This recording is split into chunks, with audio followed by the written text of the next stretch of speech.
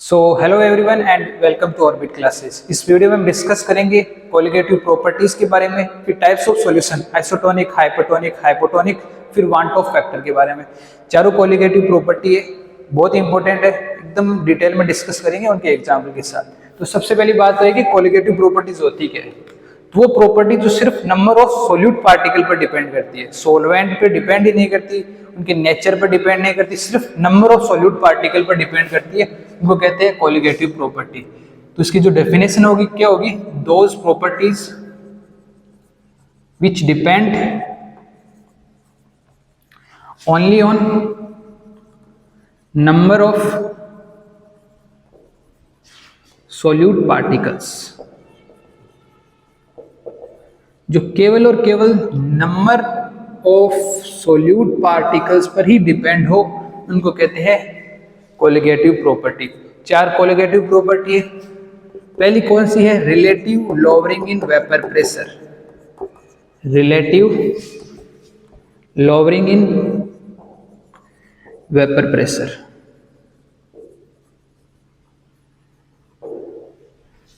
अगली देखेंगे हम प्रॉपर्टी जो डिस्कस करेंगे, एलिवेशन इन बॉइलिंग पॉइंट। फिर हम देखेंगे तीसरी है, वो है depression in freezing point. Depression in freezing point. Last हम देखेंगे ऑस्मोटिक प्रेशर। Osmotic pressure. तो ये चार जो कोलिगेटिव प्रॉपर्टी है, इन चारों को हम डिटेल में डिस्कस करेंगे विद इनके एग्जांपल। और ये जो चारों कोलिगेटिव प्रॉपर्टी वो सिर्फ और सिर्फ नंबर ऑफ सॉल्यूट पार्टिकल्स पर डिपेंड करेगी। ठीक है, तो सबसे पहले हम डिस्कस करेंगे relative lowering in vapour pressure. जो हमारी पहली कोलिगेटिव प्रॉपर्टी है वो है relative lowering in vapour pressure. देखो, relative lowering in vapour pressure क्या होता है। जैसे एक एग्जांपल की बात करते हैं, जैसे हमारे पास एक कंटेनर है, ठीक है, ये अपने पैक कर दिया और इसके अंदर वाटर प्रेजेंट है, लिक्विड है, ठीक है। अब देखो, जब हम इसको हीट करेंगे तो क्या बनेगी, वेपर्स बनेगी, और वो वेपर्स इसके सॉल्यूशन सरफेस के ऊपर प्रेशर लगाएगी, उसको कहते हैं vapour pressure. The pressure exerted by vapour on the surface of liquid is known as vapour pressure. ठीक है, अब देखो, अभी ये प्योर है, इसमें कुछ ऐड नहीं है, तो वेपर प्रेशर अभी प्योर के लिए PA नॉट। ए क्या है यहाँ पे, ये इस पूरी ये जो चारों कोलिगेटिव प्रॉपर्टी यूज जो पढ़ेंगे उसमें ए हम लेके चल रहे हैं सोलवेंट और बी हम लेके चल रहे हैं सोल्यूट।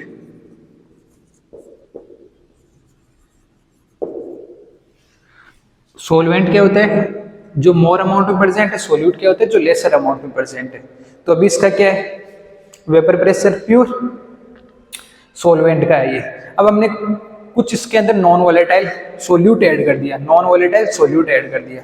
अब क्या होगा, जब हमने इसमें नॉन वोलेटाइल सोल्यूट ऐड कर दिया, जैसे सोल्ट ऐड कर दिया, तो क्या होगा, वेपर प्रेशर अब कम बनेगी। वेपर प्रेशर कम बनेगी तो बॉइलिंग पॉइंट क्या हो जाएगा, इंक्रीज हो जाएगा। ठीक है, तो ये क्या होगा, अब इसमें हमने नॉन वोलेटाइल सोल्यूट ऐड कर दिया, नॉन वोलेटाइल सोल्यूट, जो कि सपोज दैट सोल्ट ऐड कर दिया इस सॉल्वेंट में। ठीक है, तो अब क्या होगा, वेपर प्रेशर क्या हो जाएगा, डिक्रीज हो जाएगा। तो जब कोई नॉन वोलेटाइल सोल्यूट किसी सॉल्यूशन में ऐड करते हैं तो जो वेपर प्रेशर डिक्रीज होता है उसी को कहते हैं relative lowering in vapour pressure. तो इसकी डेफिनेशन क्या होगी, the addition of non volatile solute in any solution decreases its vapour pressure is known as relative lowering in vapour pressure. Vapour pressure decrease डिक्रीज कर रहा है, देखो, अब ये जो सोल्ट की मॉलिक्यूल्स है उसकी सरफेस पर आ जाएंगे। अब ब्लेस्ड, जैसे पहले वेपर बन रही थी इजीली, अब उसकी सरफेस पर आ जाएंगे। जैसे अब इमेजिन करो वाटर है, उसकी सरफेस पर नमक के दाने हैं, ठीक है, वो वेपर कम बनेगी क्योंकि वो दाने उसको जो सरफेस छोटे छोटे मॉलिक्यूल सोल्ट के प्रेजेंट है वो वेपर प्रेशर बनने नहीं देंगे। ठीक है, तो वही होगा रिलेटिव लोअरिंग। लोअरिंग मतलब डिक्रीज इन वेपर प्रेशर। इसको रिप्रेजेंट किससे करते हैं, delta P upon PA note, इससे इसको रिप्रेजेंट करते हैं relative lowering in vapour pressure को। यहाँ PA क्या है, यहाँ डेल्टा P क्या है, डेल्टा P को हम लिखेंगे, इसको आपको हमेशा याद रखना है, delta P is equal to P A not minus P A. P A not मतलब क्या है, वेपर प्रेशर ऑफ सोलवेंट, वो भी नोट आई तो आप समझना प्योर के लिए यूज हो रहा है। वेपर प्रेशर ऑफ, मैं इसको ये लिख दूं यहाँ पे, पी ए नोट किस चीज को कह रहे हैं, P A naught. P A naught है vapour pressure of pure solvent, और पी ए क्या है, अब हमने इसको सोल्यूट ऐड कर दिया तो ये प्योर नहीं रहा, इम्प्योर हो गया। और जब सोल्यूट कभी किसी सॉल्यूशन में सोल्यूट सोलवेंट के साथ मिक्स होता है तो वो सॉल्यूशन बना लेता है। सोल्यूट प्लस सोलवेंट, ये तो होता है सोल्यूट प्लस सोलवेंट मिलके क्या बना लेते हैं, सॉल्यूशन। ठीक है, अब देखो अब क्या होगा इसका, वेपर प्रेशर ऑफ सॉल्यूशन। अभी इम्प्योर हो गई क्योंकि इसमें हमने नॉन वोलेटाइल सोल्यूट ऐड कर दिया। ठीक है, और डेल्टा पी ए नोट इस ये रिप्रेजेंट हो गया relative lowering in vapour pressure को लिखने का। डेल्टा पी को क्या लिखते हैं, P A not minus P ए, और ये पी ए नोट को इससे डिवाइड करते हैं। पी ए नोट क्या है, vapour pressure of pure solvent. ठीक है, ये किसके इक्वल होता है, मोल फ्रैक्शन ऑफ सोल्यूट। अब एक मोल फ्रैक्शन ऑफ सोल्यूट के क्यों इक्वल होता है, क्योंकि ये जो प्रॉपर्टीज है सिर्फ नंबर ऑफ सोल्यूट पार्टिकल्स पर डिपेंड करेगी, तो इक्वल होता है मोल फ्रैक्शन ऑफ सोल्यूट के। मोल फ्रैक्शन को कैसे लिखते हैं, जैसे मोल फ्रैक्शन को लिखने का तरीका क्या होता है, ये ए परसेंट मोल है, इसमें बी के मोल परसेंट है, तो मोल फ्रैक्शन आपको ए के पूछे तो ए के mole upon total mole A plus B. Mole fraction of B पूछे तो बी के mole upon total mole of A plus B. इस तरह ये मोल फ्रैक्शन को लिखने का तरीका। जिसके पूछे जाए आपको मोल फ्रैक्शन में जिससे मोल फ्रैक्शन जिसका पूछे जाए उसके मोल तो ऊपर लिखने अपॉन टोटल मोल। ठीक है, जैसे यहाँ बी का पूछा तो बी के मोल अपॉन टोटल मोल, ये मोल फ्रैक्शन को लिखने का तरीका हो गया। ठीक है, ये आपको ध्यान में रखना है। Relative lowering in vapour pressure, P A note vapour pressure of pure solvent, vapour pressure of solution, ये इक्वल होगा नंबर ऑफ, ये मोल फ्रैक्शन ऑफ, ये इसको हम जीटा कहते हैं, जीटा, ये क्या होता है मोल फ्रैक्शन। मोल फ्रैक्शन, और मोल फ्रैक्शन को कैसे निकालते हैं वो मैंने आपको बता दिया। देखो अब इसको आगे लेके चलते हैं, delta P upon P A note. ठीक है, मोल फ्रैक्शन को कैसे लिखेंगे, जीटा बी के लिए, जिसे अभी बताया था कंटेनर ए बी प्रेजेंट है तो नंबर ऑफ मोल ऑफ ए के मोल अपॉन, इसमें बी के पूछे तो आपको बी के मोल लेने upon total mole of A plus B. जिसके पूछे जाए उसके मोल ऊपर लेने अपॉन टोटल मोल करने ने ए प्लस बी के। तो इसको क्या लिख दूं, number of mole of B upon number of mole of A plus number of mole of B, ये लिखने का तरीका हो गया। ठीक है, अब नंबर ऑफ एन ए क्या है, number of mole of solvent, B क्या है, number of mole of solute. ठीक है, और सोल्यूट हमने क्या ऐड किया, अभी इस एग्जाम्पल के अकॉर्डिंग सॉल्ट ऐड किया, तो इसकी नंबर ऑफ मोल तो बहुत ज्यादा लेस होते हैं एज कम्पेयर टू इस वाटर के कंपेयर के। तो क्या होगा, एन ए बहुत ज्यादा बड़ा है एन बी से, तो एन बी को क्या करते हैं नेग्लेजिबल कर देते हैं, अप्रोक्स इसको 0 के इक्वल। अब हमारे पास क्या रिजल्ट आया, delta P upon P A naught, ये mole fraction of B, mole fraction को तो हमने ओपन कर दिया, मोल आया, mole of B upon mole of A, ये हमारे पास आया। ठीक है, अब नंबर ऑफ मोल का फॉर्मूला क्या होता है, नंबर ऑफ मोल्स का फॉर्मूला क्या होता है, given mass upon molecular mass, ये नंबर ऑफ मोल्स का फॉर्मूला होता है, given mass upon molecular mass. तो ये अपन को number of mole of B चाहिए, तो इसको लगाओ गिवन मास को हम रिप्रेजेंट करते हैं W से, मॉलिक्यूलर मास को M से।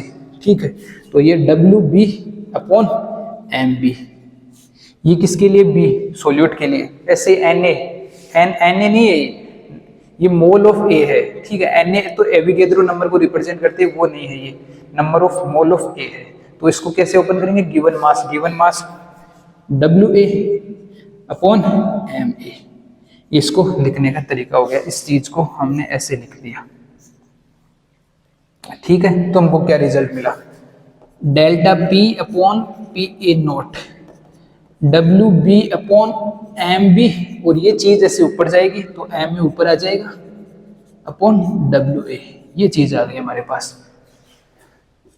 अब हमने क्या ऐड किया था, जैसे इसका सॉल्यूशन में नमक ऐड किया था। अब हम कैलकुलेट करना चाहे कि नमक में उसके मोलिकुलर मास क्या है उसका, जो हमने ऐड किया, जो भी हम तो अभी नमक लेके चल रहे थे, लेकिन जो भी हमने सोल्यूट ऐड किया उसका मोलिकुलर मास क्या है। तो वो मोलिकुलर मास अगर आपको निकालना है तो एम ए को इस तरफ रख लो, बाकी टर्म्स को उस तरफ भेज दो।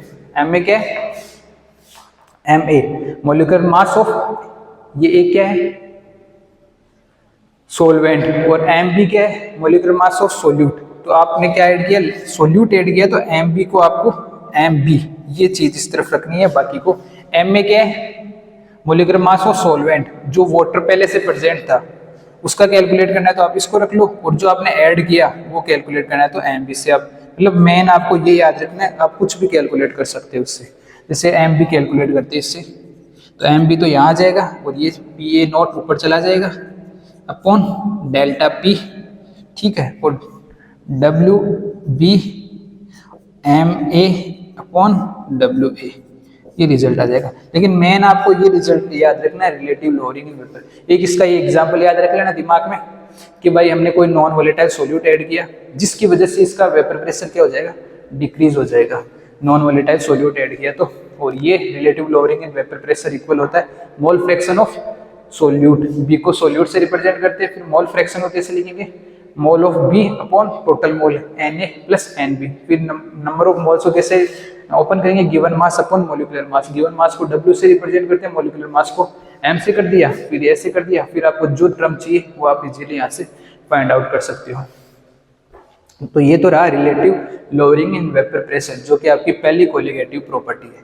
अब अगली कोलिगेटिव प्रॉपर्टी पर चलते हैं, जो कि है एलिवेशन इन बॉइलिंग पॉइंट।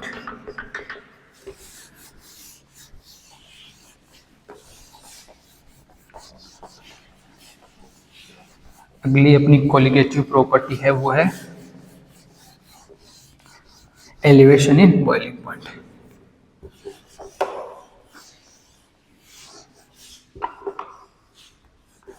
तो आपको समझ में आ गया कोलिगेटिव प्रॉपर्टी सिर्फ और सिर्फ नंबर ऑफ सोल्यूट पार्टिकल, तभी तो हमने मोल फ्रैक्शन सोल्यूट का लिया था, न कि सोलवेंट का।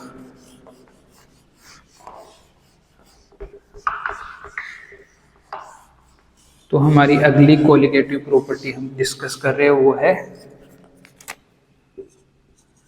Elevation in boiling point.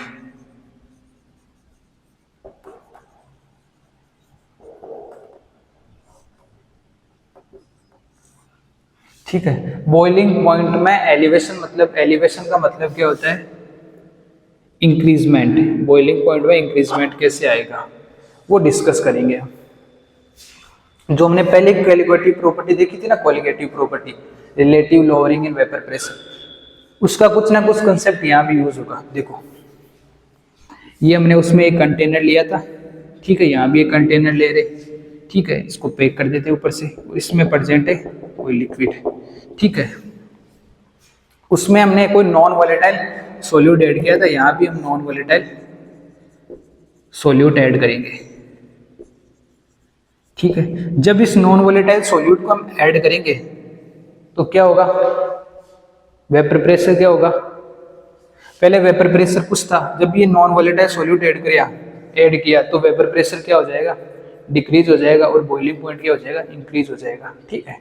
यही है एलिवेशन इन बॉइलिंग पॉइंट। देखो एग्जांपल से समझो, ये अपने पास वाटर है, इसमें हमने नमक ऐड किया, तो नमक ऐड किया तो क्या होगा, बॉइलिंग पॉइंट क्या हो जाएगा, इसका इंक्रीज हो जाएगा।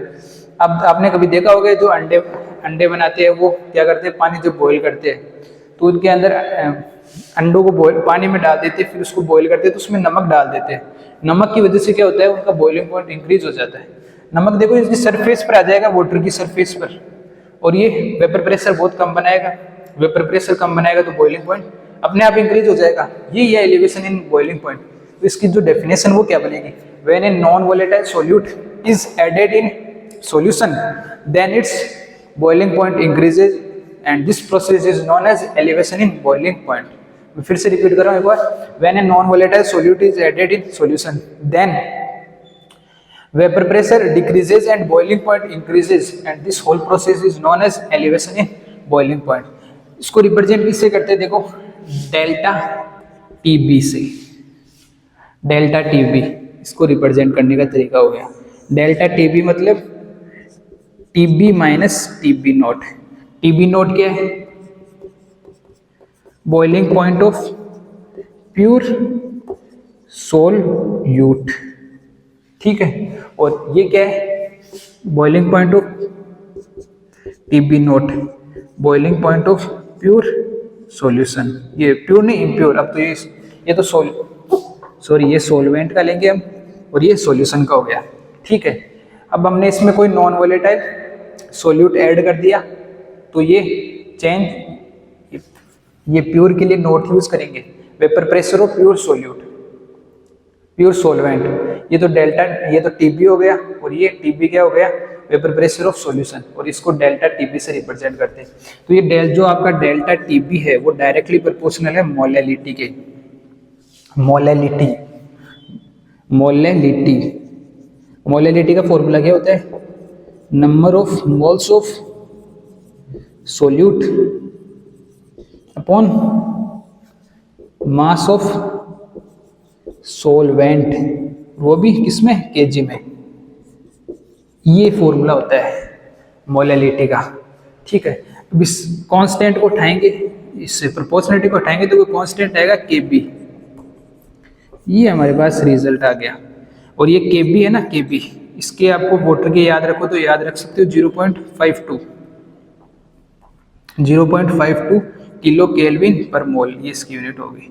वैसे तो क्वेश्चन में गिवन होता है केबी की वैल्यू, लेकिन आप याद करो। देखो केबी की मैंने यूनिट कैसे लिखी? किलो केल्विन पर मोल। देखो केबी को तो इस तरफ रखो और मोलैलिटी को उस तरफ ले जाओ, तो डेल्टा टीबी अपॉन मोलैलिटी। ये डेल्टा टीबी जिसको हम मेजर करेंगे केल्विन में, तो ये तो केल्विन में हो गया। और मोलैलिटी को क्या लिखेंगे? Number of moles, number of mole upon नीचे क्या है? मास ऑफ सॉल्वेंट, किसमें? केजी में। तो ये टर्म ऊपर जाएगी तो क्या आएगी? Kelvin KG mole inverse. ये टर्म हमको मिल गई, ठीक है। तो ये क्या हो गया? Elevation in boiling point. जब कोई नॉन वोलेटाइल सॉल्यूट ऐड करेंगे तो उसका वेपर प्रेशर है वो क्या होगा? डिक्रीज होगा। वेपर प्रेशर डिक्रीज होगा तो बॉइलिंग पॉइंट इंक्रीज होगा। वेपर प्रेशर के इनवर्सली प्रोपोर्शनल होता है बॉइलिंग पॉइंट। यहाँ वेपर प्रेशर डिक्रीज हो रहा है और बॉइलिंग पॉइंट इंक्रीज हो रहा है जब कोई non volatile solute, non volatile solute जो होते हैं जो वेपर नहीं बनाते वो ऐड करते हैं। फिर डेल्टा पी टीबी जो कि डायरेक्टली प्रोपोर्शनल है मोलैलिटी के, डेल्टा टीबी को हम लिखेंगे टीबी माइनस टीबी नोट। तो इसमें टीबी नोट क्या है? वेपर प्रेशर नहीं, boiling point of pure solvent, और टीबी क्या है? Boiling point of solution. तो ये आपकी दूसरी जो कोलिगेटिव प्रॉपर्टी है एलिवेशन इन बॉइलिंग पॉइंट, ये वो है, ठीक है। अगली हम डिस्कस करते हैं डिप्रेशन इन फ्रीजिंग पॉइंट। इसका एग्जाम्पल आपको समझ में आ गया। जो अंडों को जब बॉईल करते हैं तो उनका वो नमक इसलिए डालते हैं ताकि उनका बॉइलिंग पॉइंट इंक्रीज हो जाए, ठीक है। अगली जो कोलिगेटिव प्रॉपर्टी है वो है depression in freezing point. Depression मतलब डिक्रीजमेंट, एलिवेशन मतलब increment. Depression, depression in freezing point,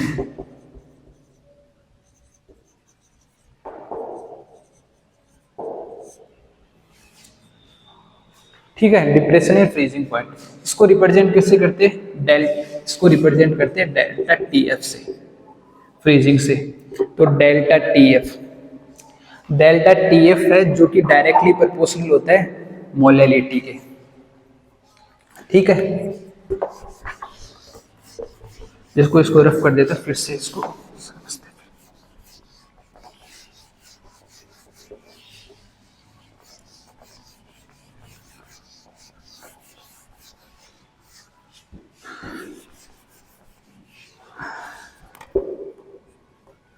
हम देख रहे हैं डिप्रेशन इन फ्रीजिंग पॉइंट। अब देखो फ्रीजिंग पॉइंट पर क्या इफेक्ट पड़ेगा जब हम कोई नॉन वोलेटाइल सॉल्यूट ऐड करेंगे। तब डेल्टा टीएफ है, ये डिप्रेशन इन फ्रीजिंग पॉइंट को रिप्रेजेंट करने का तरीका होगा। देखो इसका एक एग्जांपल देता हूँ। जैसे आपने घर में जो ट्रे देखी होगी, जो ये फ्रीजर के अंदर पानी हम ठंड वो बर्फ जमाते हैं, ठीक है। ये आप 2 ट्रे लेना, आज खुद करना है एक्सपेरिमेंट, ठीक है। और एक के अंदर तो प्योर वाटर ले लेना, केवल पानी ले लेना। एक में पानी ले लेना, उसके ऊपर नमक, थोड़ा नमक डाल देना। फिर आप इनको फ्रीजर के अंदर डालना। देखोगे, आप देखोगे जो प्योर वाली है, प्योर वाली जिसको हम रिप्रेजेंट करेंगे Pa नोट से, और ये इम्प्योर मतलब इसमें सोल्यूट और सोलवेंट आ गया मतलब Pa से। ठीक है, अब आप देखोगे जो प्योर वाली है वो क्या फ्रीज हो गई, और जो इम्प्योर है वो फ्रीज नहीं हुई अभी तक। ठीक है, यही है, यही चीज होती है डिप्रेशन एंड फ्रीजिंग पॉइंट। इसमें हमने क्या किया है, इम्प्योर में कोई नॉन वोलेटाइल सोल्यूट जो क्या है नमक, जो हमने इसमें ऐड कर दिया। जब भी हमने इसमें नमक दिया तो इसका फ्रीजिंग पॉइंट क्या हो जाएगा, इसका फ्रीजिंग पॉइंट क्या हो जाएगा, डिक्रीज हो जाएगा। तो ये फ्रीज जल्दी नहीं होगा, जबकि जो प्योर वाला है, प्योर वाटर, वो जल्दी फ्रीज होगा इसके कंपेयर में। ये पूरी ये जो प्रोसेस है इसी को कहते हैं डिप्रेशन इन फ्रीजिंग पॉइंट। अब इसकी डेफिनेशन क्या होगी, इसकी डेफिनेशन ये बनेगी कि when a non volatile solute is added in a solution then it freezing point decreases and this process is known as depression in freezing point. जब कोई नॉन वोलेटाइल सोल्यूट किसी सॉल्यूशन में हम ऐड करेंगे तो उसका फ्रीजिंग पॉइंट डिक्रीज हो जाएगा, ये डिक्रीज हो जाएगा फ्रीजिंग पॉइंट, ये जो है ये डिक्रीज हो जाएगा, और इसी प्रोसेस को क्या कहेंगे, depression in freezing point. Decrease कब होगा, जब हम नॉन वोलेटाइल सोल्यूट ऐड करेंगे तब। इसको रिप्रेजेंट करते हैं डेल्टा TF, जो कि डायरेक्टली प्रोपोर्शनल होगा मोलैलिटी के। डेल्टा TF जो कि डायरेक्टली प्रोपोर्शनल है मोलैलिटी के। मोलैलिटी, अब मोलैलिटी का फॉर्मूला ये होता है number of moles of solute upon mass of solvent, वो भी किसमें, केजी में। तो इस प्रोपोर्शनलिटी को उठाओ, डेल्टा TF क्या आएगा यहाँ पे, KF इनटू मोलैलिटी। ये KF क्या है, ये कांस्टेंट है फ्रीजिंग पॉइंट का। ठीक है, वहाँ KB क्या था, कांस्टेंट ऑफ बॉइलिंग पॉइंट का। ठीक है, अब इसकी यूनिट क्या होगी KF की, डेल्टा TF अपॉन m आ रहा है। डेल्टा TF को किस में लेंगे, केल्विन में, और ये मोलैरिटी को किस में लेंगे, kg। मोलैरिटी को किस में लेते हैं, ये देखो, ये number of mole upon kg, तो ये क्या आएगा, केल्विन kg मोल इनवर्स। ये टर्म आ गया हमारे पास KF की। और आपको KF की इसके लिए वाटर के लिए वैल्यू होती है 1.86 kilo kelvin kg mole inverse. ये आप याद रखो, तो रख लेना वाटर के लिए, वरना तो स्पेसिफिकली क्वेश्चन में ये सब कुछ गिवन होता है। और एक जो कॉमन चीज वो ये है कि फ्रीजिंग पॉइंट क्या होता है वाटर के लिए। वाटर के लिए फ्रीजिंग वाटर होता है फ्रीज, 0 डिग्री सेल्सियस पर वाटर फ्रीज हो जाता है। तो फ्रीजिंग पॉइंट तो आपको 0 डिग्री सेल्सियस लेना है जब भी वाटर के लिए पूछे।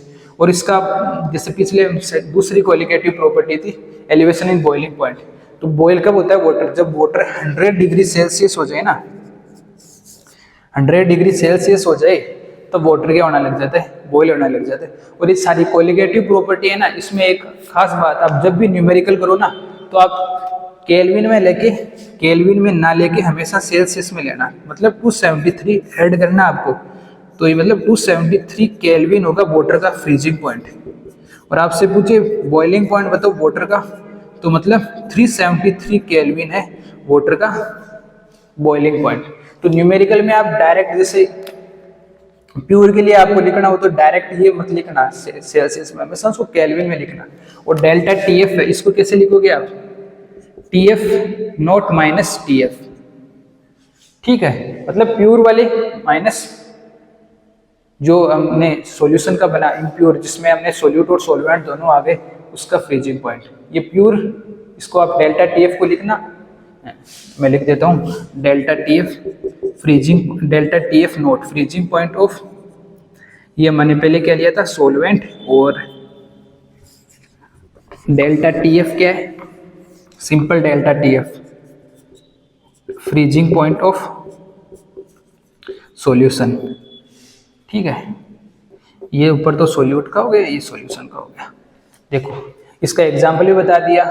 ठीक है, PA नोट कब लेना है, जब प्योर जो हम सॉल्वेंट ले रहे हैं जो कि वाटर है, और PA जब सॉल्यूशन बन गया, जब हमने इसमें नमक ऐड कर दिया, पानी प्लस नमक जो सॉल्यूशन बन गया, तो PA लेना है। ठीक है, तो ये आपकी तीसरी क्वालिटेटिव प्रॉपर्टी है। एक बार फिर से बताता हूँ, डिप्रेशन इन फ्रीजिंग पॉइंट, इसकी डेफिनेशन क्या होगी, when a non volatile solute is added in a solution then its freezing point decreases and this is known as depression in freezing point। फिर delta TF जो कि directly proportional molality के। और delta TF को क्या लिखेंगे, TF not minus TB. और TF not मतलब freezing point of solvent of pure, ये बात आप स्पेसिफिकली ध्यान रखना, प्योर, ठीक है। और टीएफ क्या है, वेपर प्रेशर ऑफ सॉल्यूट, ठीक है। और बॉइलिंग पॉइंट और फ्रीजिंग पॉइंट मैंने आपको बता दिया, ठीक है। और हमेशा ये केल्विन में लेना, ना कि सेल्सियस में लेना।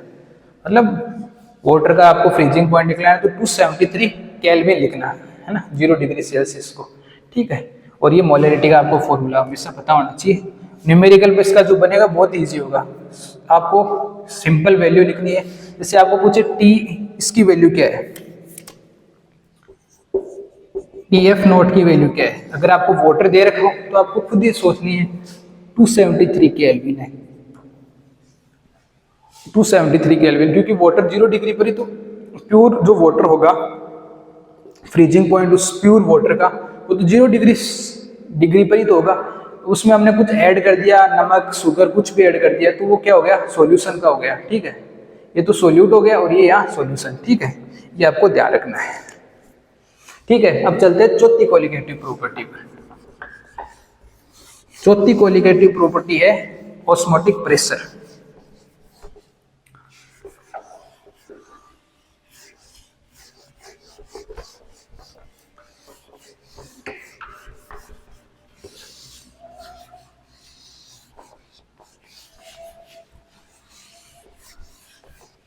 तो ऑस्मोटिक प्रेशर होता क्या है, ऑस्मोटिक प्रेशर को पढ़ने से पहले आपको ऑस्मोसिस के बारे में पता होना चाहिए, तभी आपको ऑस्मोटिक प्रेशर समझ में आएगा।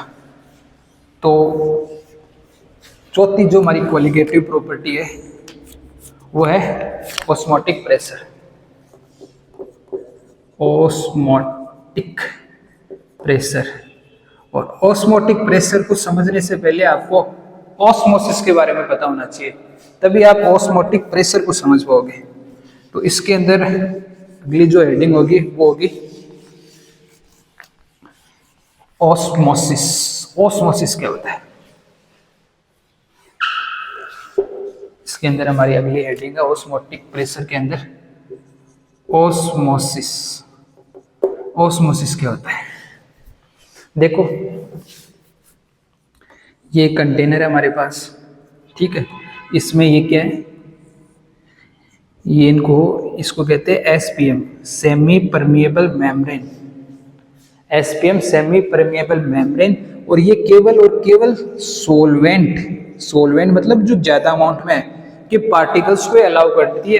इसके अंदर से केवल सोलवेंट के पार्टिकल्स ही अलाउड है और सोल्यूट के पार्टिकल्स अलाउड नहीं है।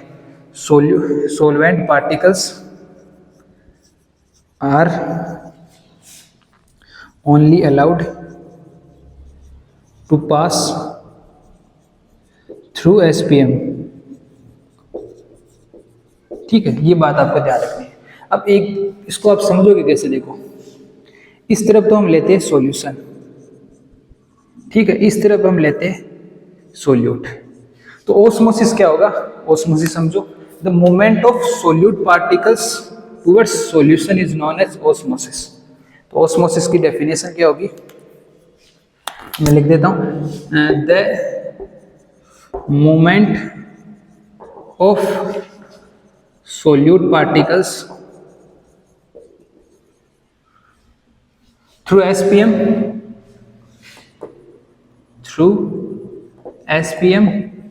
towards solution is known as osmosis. Movement of solute particles towards solution is known as SPM.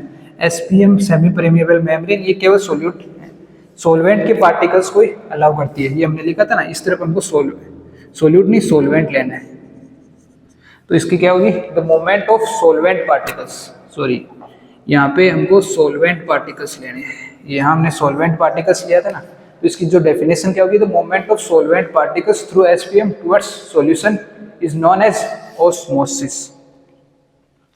Solution का मतलब क्या समझते हो आप, सोल्यूट प्लस सोलवेंट। और एसपीएम किसको अलाउ करता है, केवल और केवल सोलवेंट के पार्टिकल्स को अलाउ करता है। तो ऑस्मोसिस क्या हो गया, ये जो सॉल्वेंट के पार्टिकल्स है ये सॉल्यूशन की तरफ मूवमेंट कर रहे हैं, इनको अलाउ कर रहा है, यही होता है ऑस्मोसिस। अब देखो ऑस्मोसिस प्रेशर क्या होता है। ऑस्मोसिस तो आप समझ गए होंगे, the movement of solvent particles towards solution side is known as osmosis. ठीक है, अब देखो ऑस्मोटिक प्रेशर क्या होता है। ऑस्मोटिक प्रेशर देखो इस तरह समझो, ये अब यहाँ से इतना प्रेशर लगाओ, सॉल्यूशन साइड से इतना प्रेशर लगाओ कि जो सॉल्वेंट की जो पार्टिकल्स है जो सॉल्यूशन की तरफ आ रहे थे ये आना बंद हो जाए। ये जो आ रहे थे ना एसपीएम के थ्रू सॉल्वेंट के पार्टिकल सॉल्यूशन की तरफ, ये आना बंद हो जाए, इतना प्रेशर लगाओ, तो उसी प्रेशर को क्या कहेंगे, ऑस्मोटिक प्रेशर। तो ऑस्मोटिक प्रेशर की डेफिनेशन क्या बनेगी, the maximum applied pressure on solution side so that the solvent particles coming towards solution stop occurring through SPM is known as osmotic pressure। तो ये ऑस्मोटिक प्रेशर हो गया। Osmosis क्या था, ऑस्मोसिस केवल सॉल्वेंट के पार्टिकल्स को अलाउ कर रहा था सॉल्यूशन के आने के, सॉल्यूशन की तरफ आने के लिए। और ऑस्मोटिक प्रेशर क्या था, सॉल्यूशन की तरफ इतना प्रेशर लगाओ कि जो ऑस्मोसिस हो रहा था, जो सॉल्वेंट के पार्टिकल सॉल्यूशन की तरफ आ रहे थे ये आना बंद हो जाए, तो इस प्रोसेस को क्या कहेंगे, ऑस्मोटिक प्रेशर। अब इसमें एक टर्म आती है रिवर्स ऑस्मोसिस। रिवर्स ऑस्मोसिस ये काफी इंपॉर्टेंट है। रिवर्स ऑस्मोसिस क्या होता है, जो आपके घर में आरओ लगा हुआ ना कैंट, उसके अंदर जो प्रोसेस होती है प्यूरिफिकेशन ऑफ वाटर के अंदर जो चीज यूज होती है वही होती है रिवर्स ऑस्मोसिस के जो प्रोसेस है सब उससे होती है ये। तो अब हम डिस्कस करेंगे रिवर्स ऑस्मोसिस क्या होता है। रिवर्स ऑस्मोसिस देखो इसको एक डायग्राम से समझते हैं।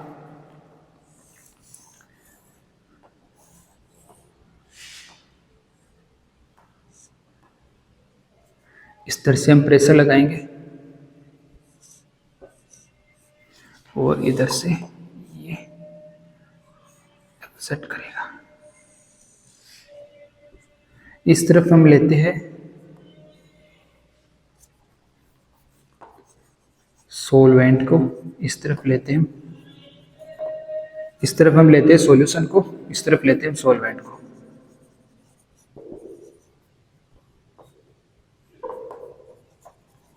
तो ऑस्मोसिस में क्या हो रहा था, ऑस्मोसिस में क्या हो रहा था, सॉल्वेंट के पार्टिकल्स सॉल्यूशन की तरफ आ रहे थे।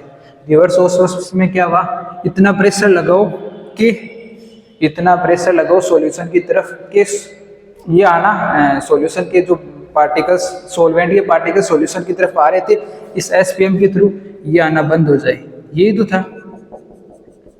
और रिवर्स ऑस्मोसिस क्या है, रिवर्स ऑस्मोसिस ये है कि इस जो प्रेशर लगा रहे हो इतना प्रेशर आना चाहिए कि जो सॉल्यूशन के अंदर क्या क्या चीज प्रेजेंट होती है, सोल्यूट प्लस सॉल्वेंट।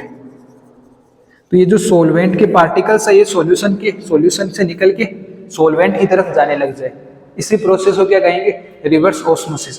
आप इसको एक एग्जाम्पल से समझो, जैसे इसमें हमने सी वाटर ले लिया, सी वाटर में क्या होगा, वाटर के साथ साथ क्या प्रेजेंट होंगे, सॉल्ट मिनरल्स, ये तो सब प्रेजेंट होंगे। इसको हमने सॉल्ट में कंसीडर कर दिया, ठीक है। वाटर क्या है, जो मोर अमाउंट में प्रेजेंट है वो क्या है, सॉल्वेंट, और ये सॉल्ट मिनरल्स ये हो गए सोल्यूट, ठीक है। तो क्या होगा, सॉल्यूशन के अंदर से सोल्यूट प्लस सॉल्वेंट, तो केवल ये सॉल्वेंट के पार्टिकल्स को अलाउ करेंगे सॉल्वेंट की तरफ, सॉल्यूशन के ये एसपीएम है ना, ये एसपीएम यहाँ ये केवल और केवल सॉल्यूशन की सॉल्वेंट के पार्टिकल्स को अलाउ करेगा सॉल्वेंट की तरफ जाने के लिए। तो अब क्या होगा, इसके अंदर वाटर प्रेजेंट है, इसमें वाटर के अंदर सोल्ट भी प्रेजेंट है, और वाटर क्या है, सोल्यूट है, सॉल्वेंट है, तो ये केवल सॉल्वेंट के पार्टिकल्स ही इस तरफ जा पाएंगे और आपको यहाँ से प्योर वाटर आ जाएगा, मिल जाएगा आपको, ठीक है। और यहाँ से हमने प्रेशर अप्लाई किया, तो यही प्रोसेस होता है रिवर्स ऑस्मोसिस। आरओ जो आपके घर में लगे हुए उसके पीछे का यही प्रोसेस है। तो इसकी जो डेफिनेशन वो क्या होगी कि apply maximum pressure so that molecules of solvent present in solution move through SPM towards solvent side and solvent side and this process is known as reverse osmosis। फिर आप एग्जांपल दे सकते हो प्यूरिफिकेशन ऑफ सी वाटर कैसे होता है। Solution के अंदर हम लेते हैं वाटर प्लस सॉल्वेंट, तो वाटर तो हमारे पास सॉल्वेंट है और वाटर प्लस सोल्ट लेते हैं जिसमें वाटर तो सॉल्वेंट है, सोल्ट है सोल्यूट है और केवल सॉल्वेंट के पार्टिकल्स को अलाउ करता है एसपीएम, तो सोल्ट तो यहाँ बच जाएगा और जो वाटर है जो कि सॉल्वेंट है वो प्योर होके बाहर आपको मिल जाएगा। ठीक है, ये आपका रिवर्स ऑस्मोसिस। ठीक है, अब एक बात ये है कि ऑस्मोटिक प्रेशर को रिप्रेजेंट किससे करते हैं, पाई से रिप्रेजेंट करते हैं। इसका डेरिवेशन देखते हैं, छोटा सा डेरिवेशन है ऑस्मोटिक प्रेशर का। ये रिवर्स ऑस्मोसिस समझाना था इसलिए मैंने उस डेरिवेशन को यहाँ अब करेंगे इसको।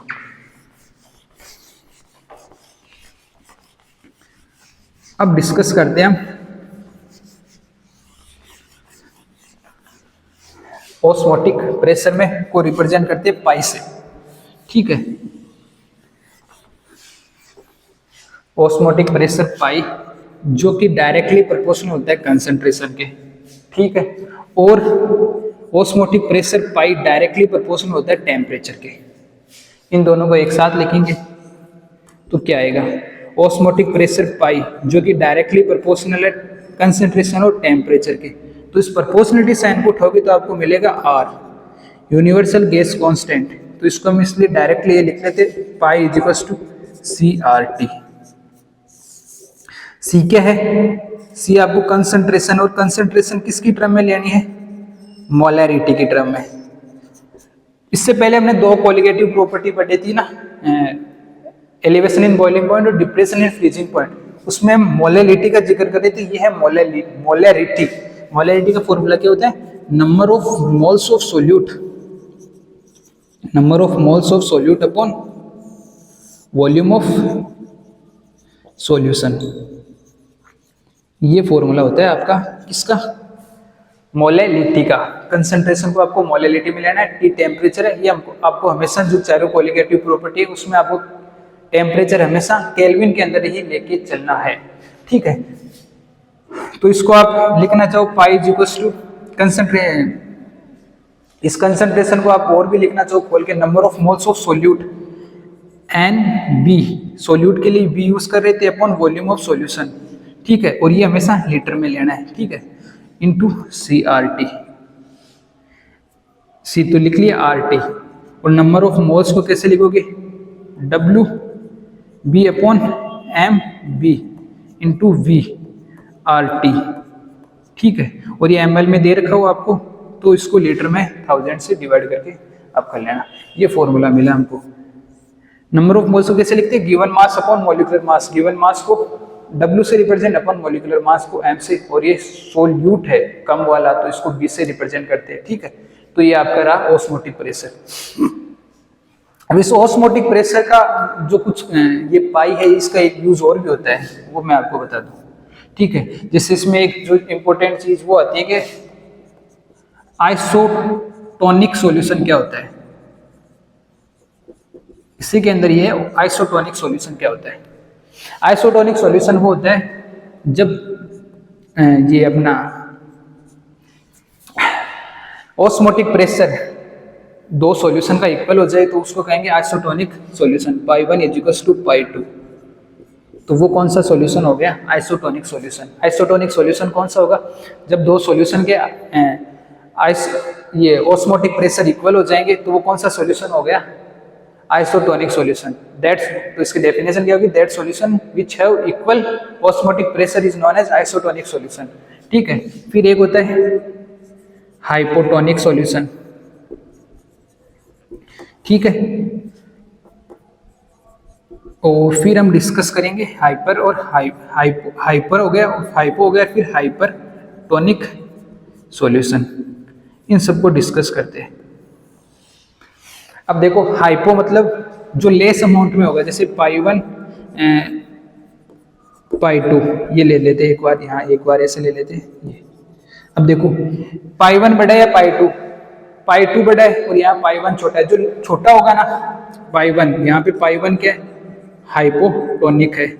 ठीक है, और पाई 2 क्या है, यहाँ पे हाइपरटोनिक है। ठीक है, और यहाँ पर क्या है, पाई 1 जो ज्यादा अमाउंट में वो है हाइपरटोनिक और जो लेसर अमाउंट में है वो क्या है, हाइपोटोनिक सॉल्यूशन। ठीक है, तो ये तीन चीजें आपको याद होनी चाहिए। आइसोटोनिक सॉल्यूशन कंपटीशन एग्जाम में, नीट जे में अक्सर पूछ लेते हैं ये चीजों को, आइसोटोनिक, हाइपरटोनिक, हाइपो। तो हाइपो मतलब तो लेस अमाउंट में होगा, हाइपर मतलब ज्यादा। हाइपर क्यों हो रहा है, मतलब वो कहते हैं ना, तो जो ज्यादा अमाउंट में हो ना, तो ज्यादा प्रेशर लग रहा हो, कौन सा, ऑस्मोटिक प्रेशर। और ये ऑस्मोटिक प्रेशर के टर्म में देख रहे हैं। ठीक है, तो आपको समझ में आ गया होगा। तो ये चारों कोलिगेटिव प्रॉपर्टी देख ली। एक चीज और है कि जो है वांट ऑफ फैक्टर, वो भी देख लेते हैं।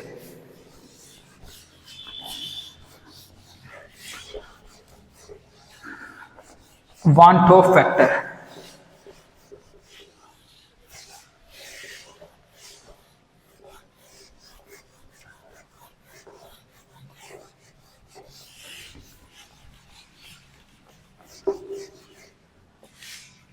अब हमारा टॉपिक है